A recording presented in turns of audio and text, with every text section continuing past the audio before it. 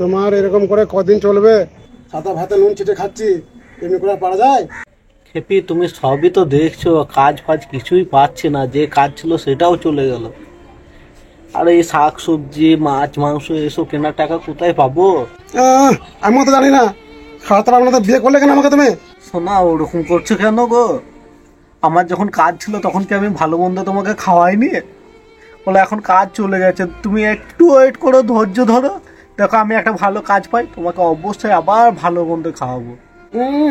আজকে যদি তুমি ভালো মন্দ না আনতে পারো, আজকে আমি তোমার ঘর থেকে চলে যাবো, তোমাকে বলে রাখলাম আমি। শোনা, তুমি এত বড় কথা আমাকে বলতে পারলে? মনে পড়ে সেই দিনের কথা যখন আমরা লুকিয়ে লুকিয়ে দেখা করতাম, কি বলতে তুমি? আচ্ছা খেপি, আমরা তো ভবিষ্যতে বিয়ে করব। ধরে নাও আমরা বিয়ে করার পর যদি আলাদা হয়ে থাকি আর আমার কাজও যদি চলে যায়, তা বাকি সব মেয়েদের মতো তুমিও কি আমাকে ছেড়ে চলে যাবে? বাকি মেয়েদের মতন তুমি আমাকে ভাবছো? আমি ওরকম মেয়ে নয়।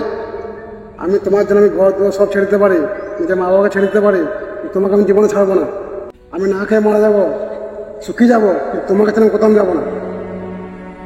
এটা হচ্ছে আমার ভালোবাসা তোমার উপর। তাহলে তুমিও সবার মতো হয়ে গেলে? আমি ওসব কথা বুঝি না। এটা কিছু থাকলে না, ভালোবাসা জানলা দিয়েও পালায়। হ্যাঁ গো সোনা, তোমার কাছ থেকেই তো এটা আমার পাওনা ছিল। তোমার জন্যই তো মা বাবা আমাকে ত্যায্যপুত্র করেছে, তোমাকে বিয়ে করেছি বলে। তোমার জন্য সব ঘর বাড়ি সব ধন সম্পত্তি ছাড়তে হয়েছে, এই ঝুপড়ি করে এসে দেখেছি তোমার জন্য। আর তুমি আজকে এরকম বলছো? তোমার কাছে এটা আমার পাওনা ছিল, আমার পাপের প্রায়শ্চিত্ত আমাকে করতেই হবে। মা বাবাকে এত কষ্ট দিয়েছি তোমার জন্য শুধু। এমন দুঃখের কথা শুনে আমাকে লাভ নেই। আমি তোমার কাজ থেকে এসেছিলাম, যখন তোমার কাজ ছিল তখন আমি ছিলাম, এখন তোমার কাজ নেই, আমি চললাম বাপের বাড়ি।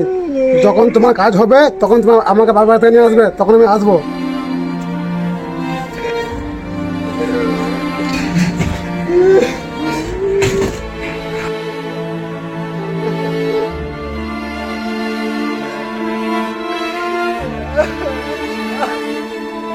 তো আপনারা এই ভিডিওতে দেখতে পেলেন যে নিজের পরিবারের বিরুদ্ধে গিয়ে বিয়ে করে নিজের মা বাবাকে কষ্ট দিয়ে অন্য কাউকে নিয়ে সুখে থাকার চেষ্টা করলে ঠিক তার পরিণতিও এরকমই হয়। তার কারণ এই পৃথিবীতে যে নিজের মা বাবাকে কষ্ট দেয় সে কিভাবে অন্যের কাছ থেকে সুখ পায়? ভগবান, ঈশ্বর, আল্লাহ, গড, নেচার, আপনি যাই বলেন না কেন, আপনি যা করবেন তার ফল আপনি ঠিকই পেয়ে যাবেন। এই যেমন এই ছেলেটি পাচ্ছে। তাই বন্ধুরা, অন্য একটি মেয়ের হাত ধরে বের হওয়ার আগে অবশ্যই 5 বার চিন্তা করবেন। ধন্যবাদ, ভালো থাকবেন, সুস্থ থাকবেন। দেখা হচ্ছে আবারও এরকম পরবর্তী কোনো একটা ভিডিওতে।